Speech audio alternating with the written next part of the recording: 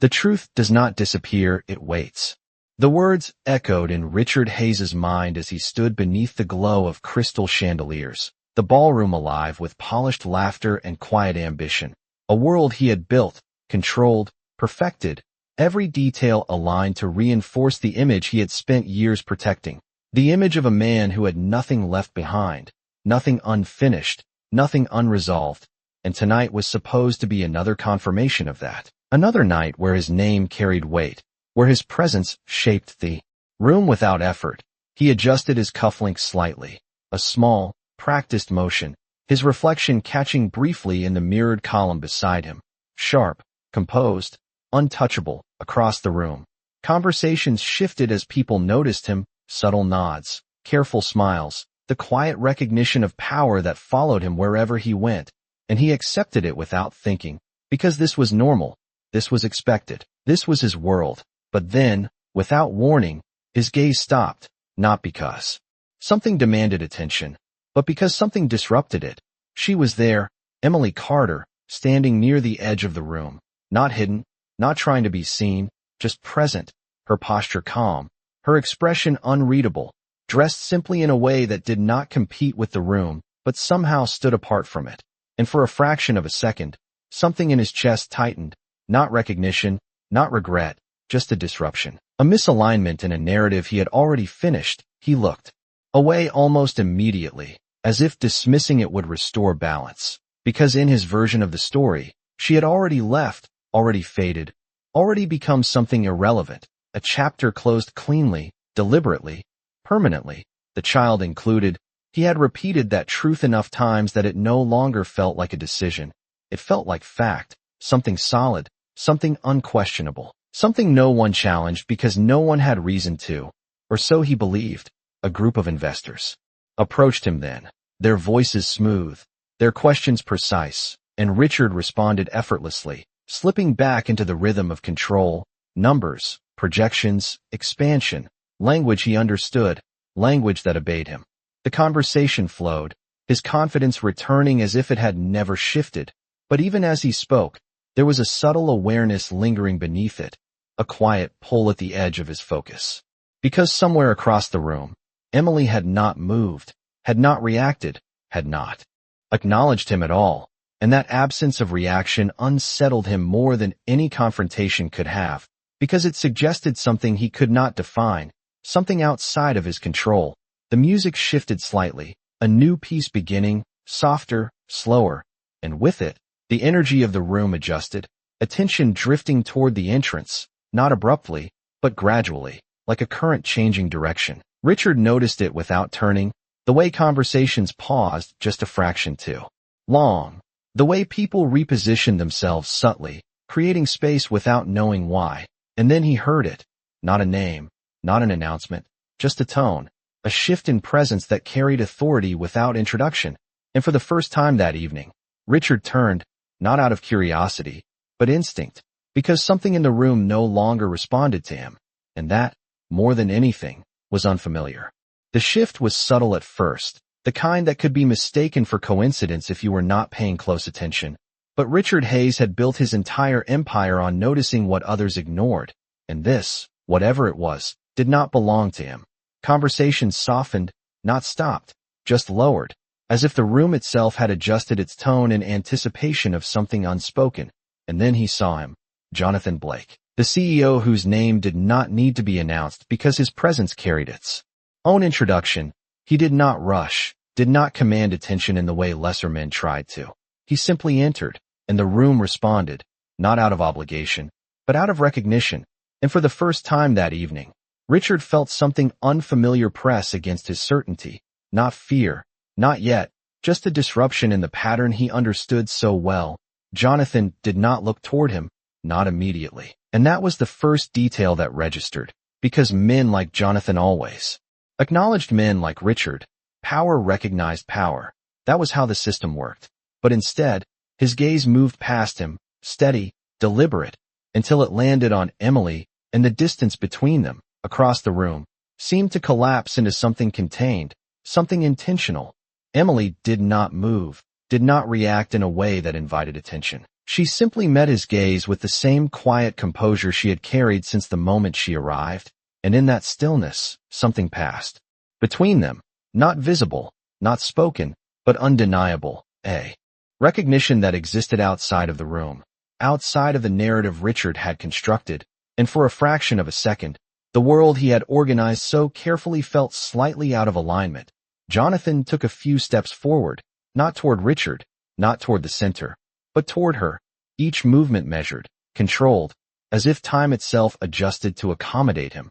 The crowd parted subtly, creating space without instruction, and Richard found himself turning fully now, his attention no longer divided, because this, whatever this was, required understanding. "Jonathan," he said, his voice smooth, confident, the practiced tone of a man who had never needed to question his position. But Jonathan did not stop, did not respond. Not yet. His focus remained exactly where it had been from the moment he entered, and that absence of acknowledgement landed heavier than any direct challenge could have, because it suggested something Richard could not immediately define, something outside of his influence. Jonathan stopped just a step away from Emily, close enough to speak without raising his voice, close enough that the moment became private despite the crowd surrounding them. "It is time," he said quietly, his tone even, without urgency, without emphasis, but the words settled with weight, as if they had been waiting long before this night. Emily nodded once, a small, almost imperceptible movement, but it carried certainty, not hesitation, not surprise, and that was when Richard understood that whatever was unfolding had not begun here. It had already been decided somewhere beyond his view, and he was only now stepping into it. The music faded slightly, not stopping, just lowering, as attention shifted more openly. People watching now, not pretending not to, curiosity sharpening into something closer to anticipation, and Richard felt it, the subtle shift of control slipping, not dramatically, not visibly, but enough that he could no longer ignore it, because, for the first time, the room was responding to something he did not command, and that, more than anything, was unfamiliar. The silence did not arrive all at once. It unfolded, slowly tightening around the room as Jonathan Blake stepped away from Emily and moved toward the center. Not hurried, not dramatic, just certain, and the subtle shift in the crowd followed him like a quiet current. Conversations fading, glasses lowering, attention aligning without being asked. Richard stood where he was, his posture still composed, his expression controlled. But something beneath it had begun to fracture, not visibly, not enough for anyone to point to, but enough for him to feel, because this was no longer a space reacting to him. This was something else entirely. Jonathan reached the stage, taking the microphone not with authority, but with ownership, as if it had always belonged to him. And when he turned back toward the room, his gaze did not search. It landed exactly where it needed to. "There are stories we tell," he began, his voice calm, measured, carrying easily through the silence. "And then there are truths we choose not to see." The words settled into the room without resistance, not challenging, not accusing, just present. But Richard felt them, sharper than they should have been, because something in them pressed against the version of reality he had constructed so carefully. Jonathan paused, not for effect, but as if allowing the moment to reach its own conclusion, and then his gaze shifted, not toward the crowd, not toward the investors or the board members, but back to Emily, who stood exactly where she had been, unchanged, unshaken, and in that stillness, the room seemed to recalibrate again. "Some truths," Jonathan continued, his tone steady, "do not disappear when they are denied." A slight movement rippled through the audience, subtle, almost imperceptible, but it was there, curiosity sharpening into something closer to realization. Richard's hand tightened slightly at his side. A small, controlled reaction, but one he could not entirely suppress, because now the direction of the moment was undeniable. It was moving somewhere he had not prepared for, somewhere he had not accounted for. Jonathan lowered his gaze briefly, then lifted it again, and when he spoke next, the words carried a weight that did not need emphasis.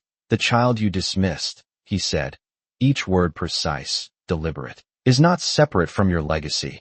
The sentence did not echo, it landed, heavy, final, and for a fraction of a second, the room held its breath, not in shock, but in understanding. Because the meaning was clear even without explanation, Richard did not move. Not immediately. His expression held in place by habit, by years of control. But behind it, something had already broken alignment. The narrative he had repeated, the certainty he had relied on, the clean separation he had believed in. All of it began to unravel, not loudly, not dramatically, but completely, because the truth did not argue. It simply replaced what had been false. His gaze shifted, almost involuntarily, back to Emily, and for the first time that night, he did not see the past. He did not see something finished. He saw something he had never understood at all, and she did not look away, did not explain, did not step forward to claim anything. She simply stood there, calm, steady, as if this moment had never been about proving anything, only about allowing what was already true to be seen. And in that silence, heavier than any confrontation, Richard realized something he could not undo. He had not lost control in this moment. He had never truly had it at all. The silence did not shatter after the words were spoken. It deepened, settling over the room like something permanent, something that could not be undone. And for a moment, no one moved. Not because they did not understand, but because they understood too clearly, the kind of clarity that required no explanation, only acceptance. Jonathan Blake lowered the microphone slightly, not rushing to continue, not needing to fill the space, because the truth had already done what it was meant to do, and anything more would have been unnecessary. Richard Hayes stood frozen in place, his posture still upright, his expression still composed, but the precision that once defined him had begun to fracture in ways only he could feel. His mind moved quickly, searching for an angle, a correction, a version of the narrative that could restore balance. But every path led back to the same point, the one he had avoided, the one he had dismissed, the one now standing in front of him without resistance, without emotion, without the need to argue. His gaze shifted again to Emily, and this time he did not look through her. He looked at her, really looked, as if trying to locate the moment where he had miscalculated, where the story had diverged from reality. But there was no single moment, no clear fracture, only a series of choices he had made, each one small enough to ignore at the time, each one leading to this exact outcome. Emily remained still, her posture unchanged, her expression calm. Not distant, not cold, just steady, as if she had already moved beyond the need for this moment to define anything. And that was what unsettled him most. Not the revelation itself, but her lack of reaction to it, because it meant she had never been waiting for him to understand. She had already understood everything on her own, around them. The room began to move again, slowly at first, whispers forming at the edges, glances exchanged, not with shock, but with recalculation, the kind that followed a shift in power, the kind that redefined positions without needing to announce it. People who had once aligned themselves with Richard now looked at him differently, not dismissing him, but reassessing him, measuring him against a reality that no longer fit the image he had built.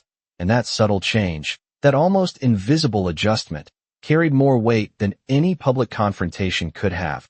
Jonathan stepped down from the stage, not toward Richard, not toward the crowd, but back toward Emily, his presence returning to that same quiet alignment. And when he stopped beside her, there was no need for introduction, no need for clarification. The connection between them had already been established in the only way that mattered. "It is done," he said softly, his voice low enough that it did not carry beyond them.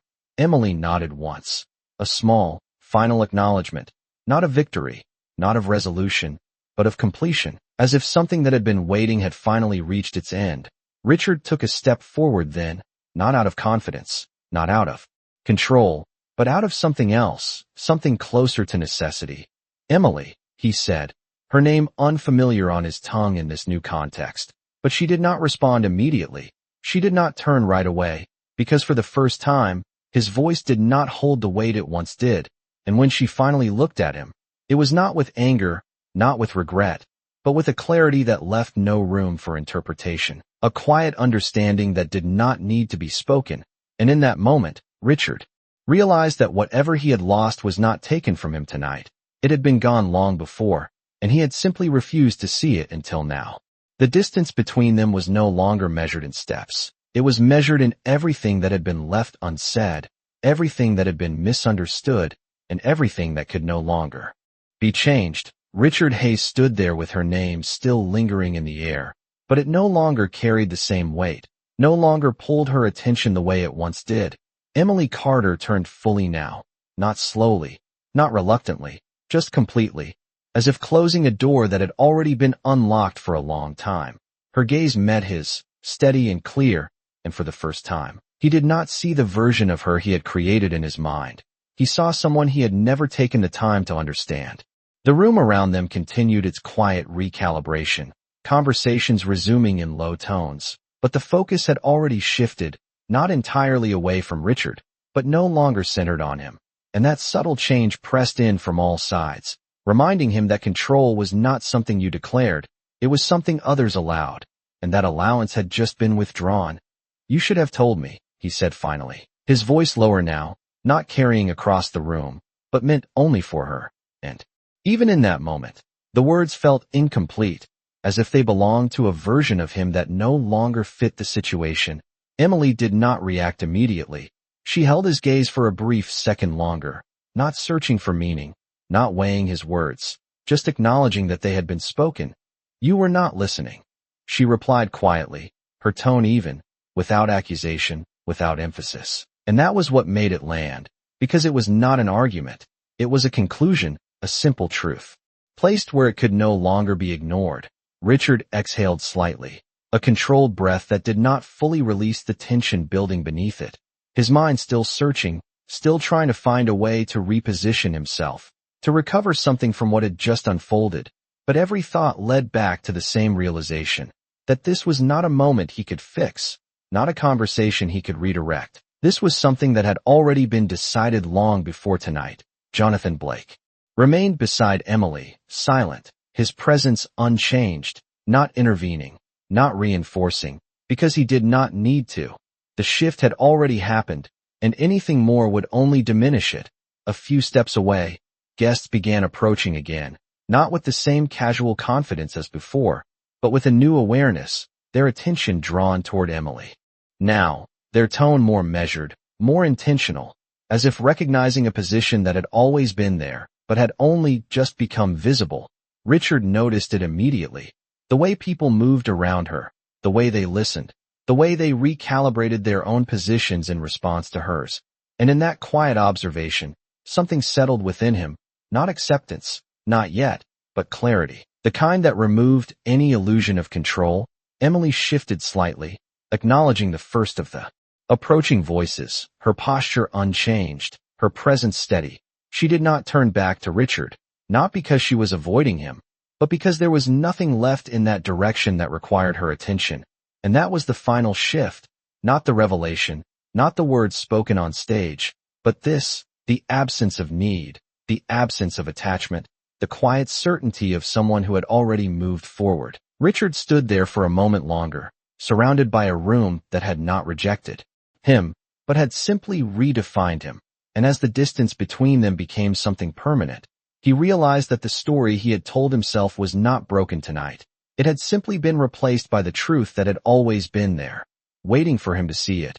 And by the time he understood it, she had already stopped needing him to. The night did not end when the music resumed. It stretched, lingering in quiet fragments as the ballroom slowly returned to its rhythm. But something fundamental had shifted, and everyone felt it, even if no one spoke it aloud. Emily Carter moved through the room with the same calm presence she had carried from the moment she arrived. But now the space responded differently, not with curiosity, not with quiet judgment, but with recognition.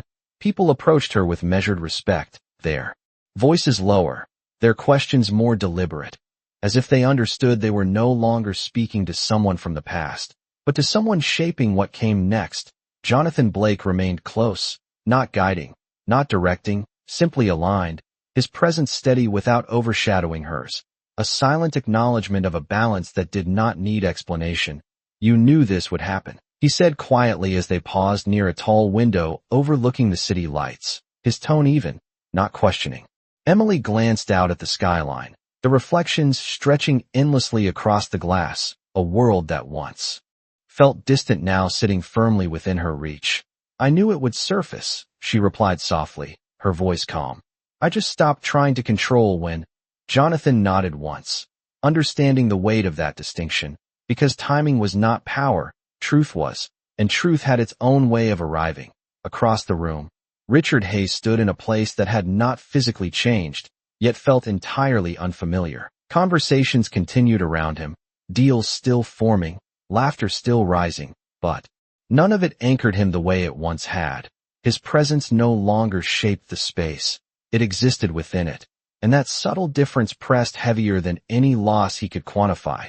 His gaze found Emily again, not with expectation, not with entitlement, but with something quieter, something closer to recognition. As he watched her speak, listened to the way others responded to her, he began to understand that what had been revealed tonight was not new. It had simply been unseen by him, ignored because it did not fit the narrative he had chosen. A group of executives approached Emily, their tone respectful, their posture attentive, and she responded with the same measured clarity, her voice steady, her words precise. She did not need to assert herself. She simply existed within the role she had already claimed, and that authenticity drew more attention than any performance ever could.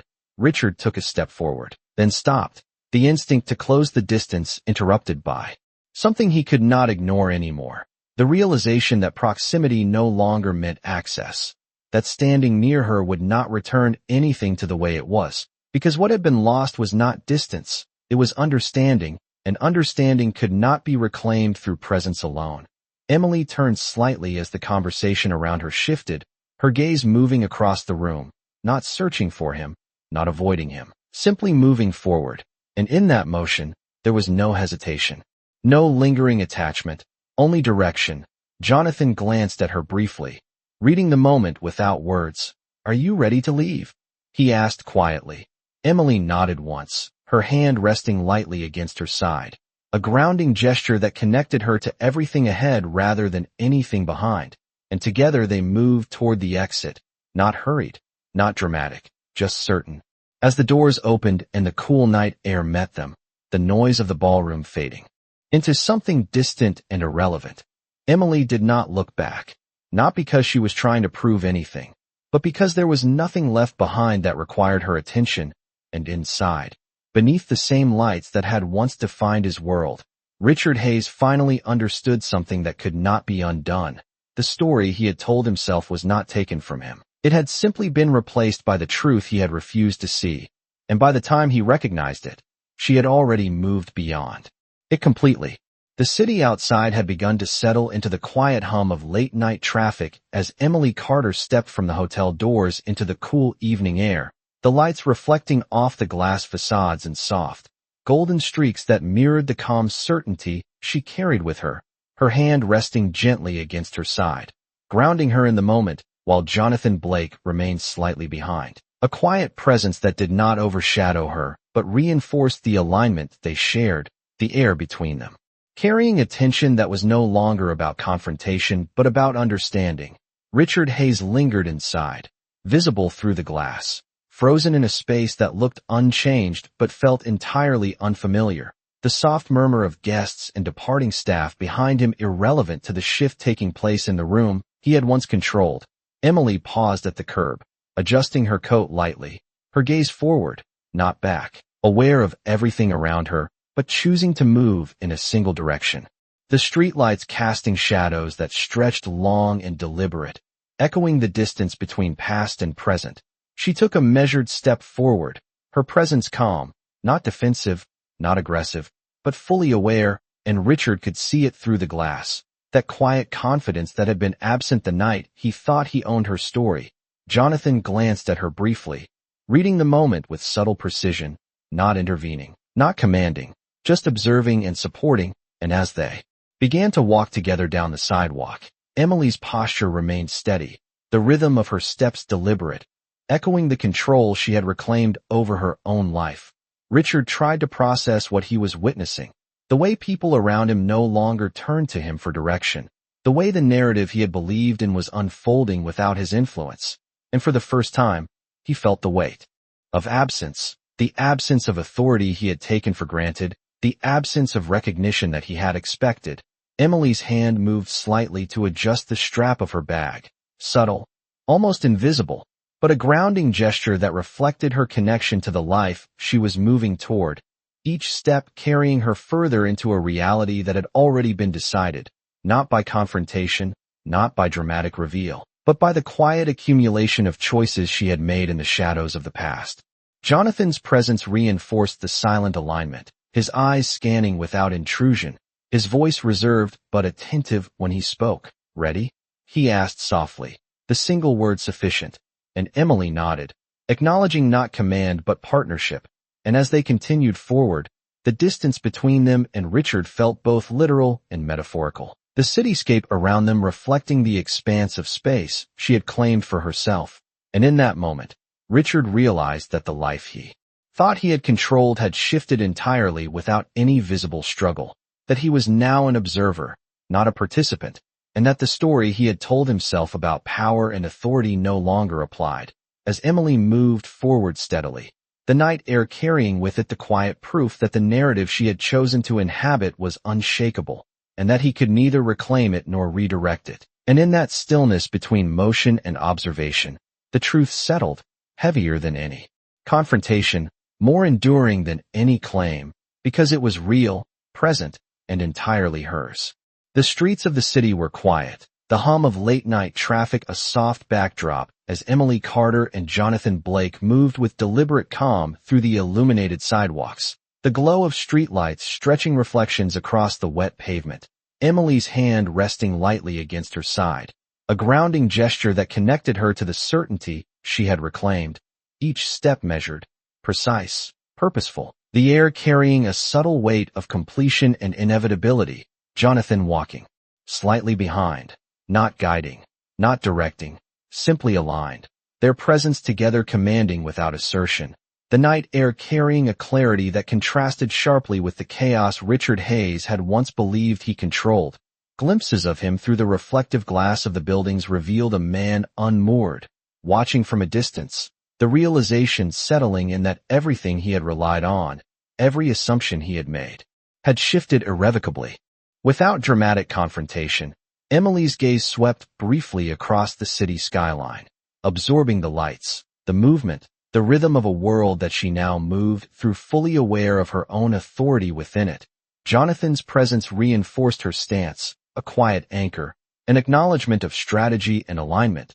She did not speak. She did not look back, the energy of the evening pressing in a subtle way. Conversations fading from her awareness as focus narrowed to the path ahead, and in that stillness, every decision she had made in the shadows of the past, every small choice that had gone unnoticed, converged into a clarity that now defined the trajectory of her life. The cool air brushing her hair, the rhythm of her movement over the uneven pavement, all elements contributing to a cinematic precision of presence.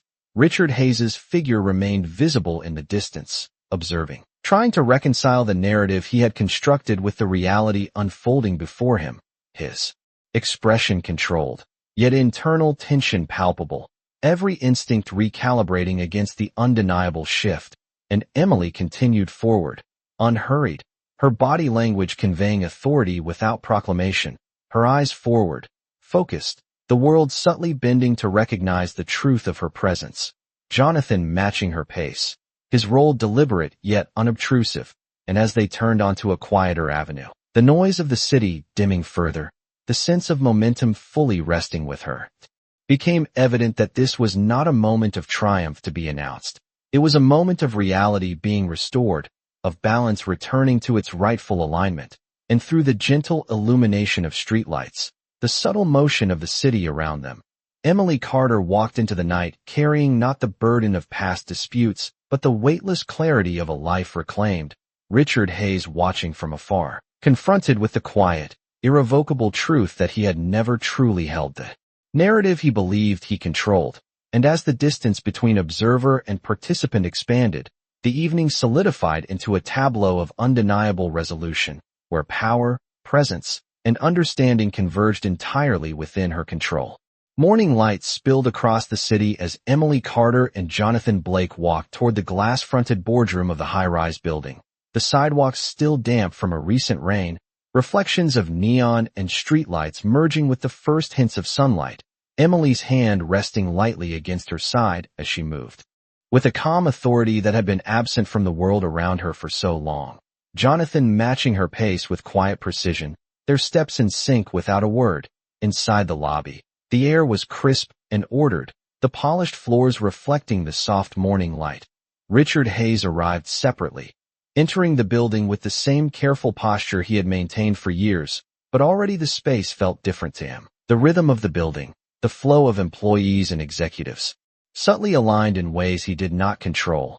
Emily paused briefly at the foot of the glass staircase, adjusting her coat, her gaze sweeping over the room, taking in the presence of everyone in a single, calm glance, and the quiet attention she commanded did not need explanation. It existed as a fact, the executives moving through their routine while simultaneously recalibrating to her presence.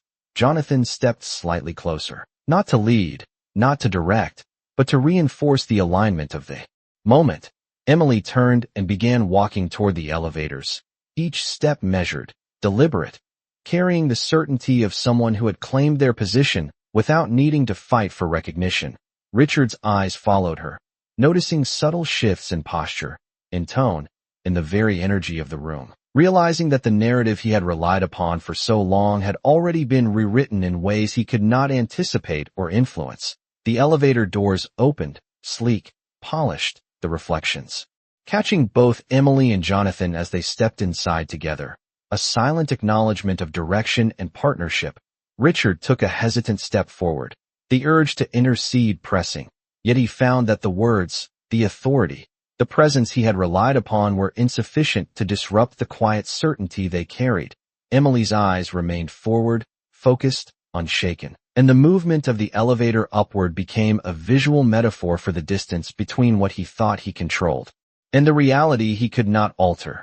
The soft hum of the elevator mingled with the faint city sounds beyond the glass walls. Each floor climbed, marking the ascent of someone who had long operated quietly, deliberately, and now existed entirely on her own terms. Jonathan's presence was a quiet counterpoint, supportive without overshadowing. And as the doors opened onto the top-floor boardroom, Emily stepped out, greeted by the familiar yet transformed space, sunlight streaming through floor-to-ceiling windows, executives seated, screens displaying complex data, her authority unquestioned, her calm and precise presence commanding attention without a single word. Richard stood at the threshold, momentarily paralyzed by the recognition of the power and focus she now embodied, realizing fully that the events of the past night, the revelations, and the quiet accumulation of choices had culminated here, in a space where influence, understanding, and truth converged entirely in her control. And as Emily moved to take her seat at the head of the table, Richard understood that the life he had once dominated was no longer his to shape, and that realization settled within him heavier than any confrontation, any explanation, any claim, leaving him to witness from the doorway the undeniable assertion of presence, of clarity, and of a future she had already claimed without a word spoken to validate it. The boardroom settled into a quiet rhythm as Emily Carter took her place at the head of the table, the sunlight streaming through floor-to-ceiling windows reflecting off polished surfaces and screens displaying detailed charts and projections, her posture calm, measured, and commanding without a word. Jonathan Blake stood slightly behind, a silent reinforcement of alignment rather than authority. The executives present leaned in subtly, their focus drawn not to Richard Hayes, who lingered near the doorway, but to her, absorbing the clarity, precision, and unwavering confidence she now embodied. Richard's jaw tightened slightly, the recognition that he was no longer central to the room pressing against him. Each voice that addressed Emily with attentiveness, each nod that acknowledged her input, chipped away at the control he had long assumed as his own, and he could not correct, could not influence, could only observe, because the authority had shifted quietly, deliberately, and irrevocably. Emily spoke with soft assurance, each word measured, precise, each response reinforcing the trajectory she had claimed, the space around her bending subtly to her presence. Jonathan's eyes scanned the room, reading reactions without interruption, ensuring that the flow of attention and influence aligned naturally without forcing it. Richard tried to intervene at one point, attempting to reassert familiarity, but his voice fell against the gravity of her calm, the weight of her truth, and he felt the silence stretch longer than any answer could have filled it. Emily gestured gently toward a screen, pointing to data as if she had always belonged there, and in that movement, the subtle power dynamics of the room were clarified. No drama, no confrontation, simply presence, influence, and clarity. Richard's reflection in the glass behind the boardroom doors reminded him of the distance now between them, the physical proximity meaningless against the certainty of her positioning. Each executive present responded without hesitation, their subtle acknowledgement of Emily's insight marking the culmination of preparation, strategy, and quiet perseverance. The afternoon light shifted slightly, casting long shadows across the table, and Emily's hand rested lightly on her side, a grounding gesture as if to connect the authority she projected with the life she carried within. Jonathan nodded once, almost imperceptibly, affirming that everything was aligned, that the moment of silent assertion was complete, and as the meeting progressed, every question answered, every clarification made, reinforced the undeniable shift. Richard watched, understanding. Finally, that influence was not declared, it was recognized, and for the first time, he realized that he was witnessing not a victory, not a loss, but the natural unfolding of truth. And as Emily concluded her points with quiet authority, the room adjusted itself around her, a tableau of professional and personal equilibrium that would carry forward long after he left, and Richard understood, fully and irrevocably, that the control he once assumed had been replaced entirely by the presence, the calm, and the unwavering clarity of Emily Carter. The meeting did not end with applause or acknowledgement. It ended with a quiet understanding that settled into the room like something permanent, chairs shifting slightly, screens dimming, executives gathering their notes with measured precision, but no one rushed to leave, as if the moment itself required a few extra seconds to fully register. Emily Carter remained seated for a brief pause after the final words were spoken, her posture still, her presence unchanged, not absorbing validation, not seeking reaction, simply existing within the clarity she had already established. Jonathan Blake stood beside her, his attention scanning the room, not for approval, but for alignment, and what he saw required no adjustment. Everything had already fallen into place. Across the table, one of the senior board members leaned forward slightly, his tone respectful, deliberate, asking for her input on the next phase, not out of courtesy, but necessity, and Emily responded with the same calm precision, her voice steady, her words measured, each sentence reinforcing the trajectory she had set in motion. And as she spoke, the subtle shift that had begun the night before solidified into something undeniable. The room no longer adjusted to Richard Hayes, it adjusted to her.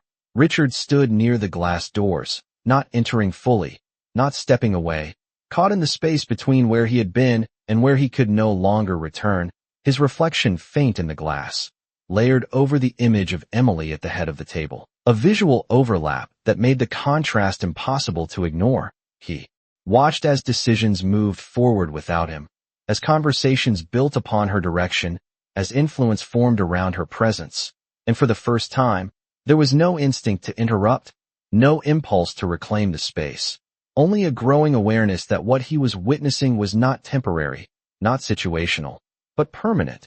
Emily finished speaking, not with emphasis, not with finality, just with completion, and the room responded accordingly, not with applause, but with action, notes taken, follow-ups assigned, momentum continuing seamlessly. Jonathan gave a small nod, almost imperceptible, acknowledging not her performance, but her position, and that distinction carried weight, because she was no longer stepping into something new. She was operating within something she had already built. The sunlight shifted slightly, casting softer tones across the room, and Emily rose from her seat with the same composed ease, gathering her documents without hurry, her movements reflecting the same clarity she had carried from the beginning. And as she turned toward the exit, her gaze passed briefly across the room, not searching, not lingering, just acknowledging what had been set in motion. Richard straightened instinctively as she approached, his posture reacting before his thoughts could catch up, but when their eyes met, there was no confrontation, no unresolved tension, only distance, defined and complete. "Take care, Richard," she said quietly, her tone even, not dismissive, not inviting, just final, and he nodded. The gesture delayed, as if understanding required an extra moment to reach him, and then she moved past him, not brushing against him, not pausing, simply continuing forward. Jonathan followed without hesitation, and as the door closed softly behind them, the room returned to its rhythm, but Richard remained where he was, standing in a space that no longer held him the way it once had, realizing with a clarity that could not be undone that influence was never about who spoke the loudest, but about who held the truth, and that truth had never belonged to him. The hallway outside the boardroom felt quieter than it should have, as if the walls themselves had absorbed everything that had just unfolded and were now holding it in place. Emily Carter walked forward with the same steady rhythm, her steps unhurried, her posture aligned with a certainty that no longer needed reinforcement. Jonathan Blake moved beside her without speaking, his presence calm, his silence intentional, not filling the space but allowing it to remain clear, and for a moment, there was nothing but the sound of their footsteps against polished floors and the distant hum of the city beyond the glass. Emily's hand rested lightly against her side, a familiar gesture that grounded her not in the past, but in what was ahead, and as they reached the elevator, she paused briefly, not out of hesitation, but out of awareness, the kind that comes when something has fully resolved, when there is nothing left to question. The doors opened smoothly, reflecting their images back at them with sharp clarity, and she stepped inside without looking back, the mirrored walls capturing a version of herself that was no longer divided, no longer waiting, just present.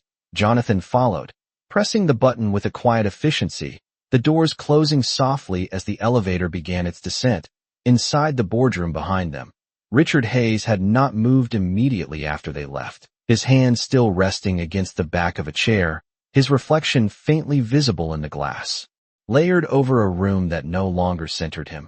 And in that stillness, something settled, not sudden, not dramatic, but complete, the realization that there was nothing left to correct, nothing left to reclaim, because what he had believed to be his had never been secured in the way he thought. It had simply been tolerated until it was no longer aligned with truth, and now that truth stood independently of him, requiring nothing from him at all. The elevator continued downward, the quiet hum filling the space between Emily and Jonathan. But there was no need for conversation, no need to define what had already been established. Emily's gaze remained forward, her expression calm, not reflective, not burdened, just clear.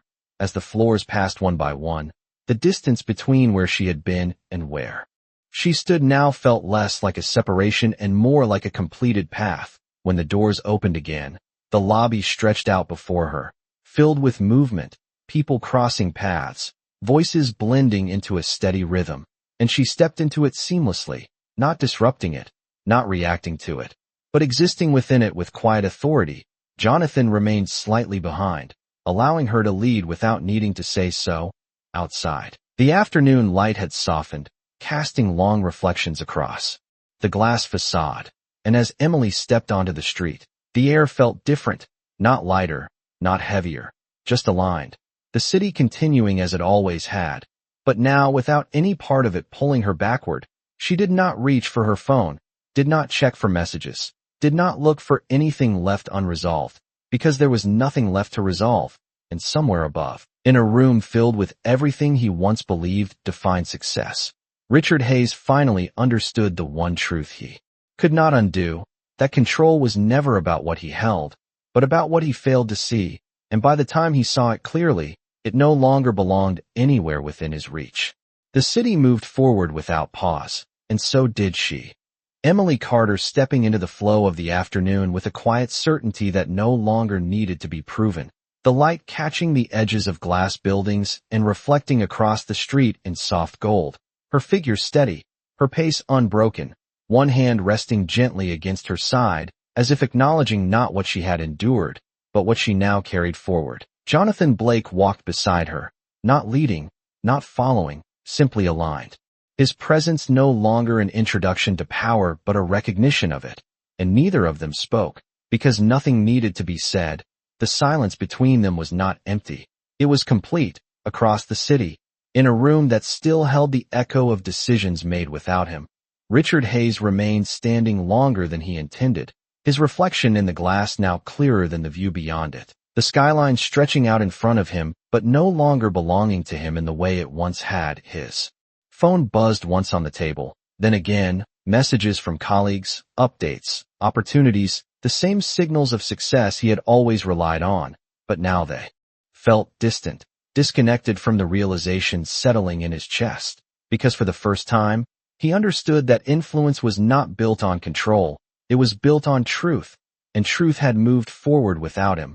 Back on the street, Emily paused briefly at the edge of a crosswalk, the signal shifting from red to green with a soft click, and in that moment of stillness, she allowed herself a single breath, not to hold on to the past, not to revisit anything left behind, but to recognize the distance she had already traveled, not measured in time, but in understanding. The woman she had once been did not disappear, she had simply evolved, quietly, steadily, beyond the reach of anyone who had failed to see her. The light changed, and she stepped forward, crossing with the same calm rhythm, her path clear, her direction certain, the city unfolding in front of her not as something to conquer, but as something she already belonged within. Jonathan matched her pace without a word, the movement seamless, and behind them, the reflection of the building they had just left faded into the background, no longer a place of conflict, no longer a place of definition, just another part of a past that no longer held weight. Richard finally moved then, stepping away from the glass, the realization no longer something he could avoid or reinterpret. He had not been defeated, he had been outgrown, and that distinction carried more weight than any loss he could measure, because it meant there was nothing to reclaim, nothing to fix, nothing to argue, only something to understand, and understanding, he realized too late, required seeing what he had chosen to ignore, and by the time he saw it clearly, she was already gone, not physically, but completely, existing in a reality that no longer intersected with his. And as the city continued its endless motion, Emily Carter did not look back, not because she was trying to prove anything, but because there was nothing left behind that could add to what she had already become. And in that quiet, final truth, the story did not end with revenge. It ended with something far more powerful. She did not seek justice, she became it.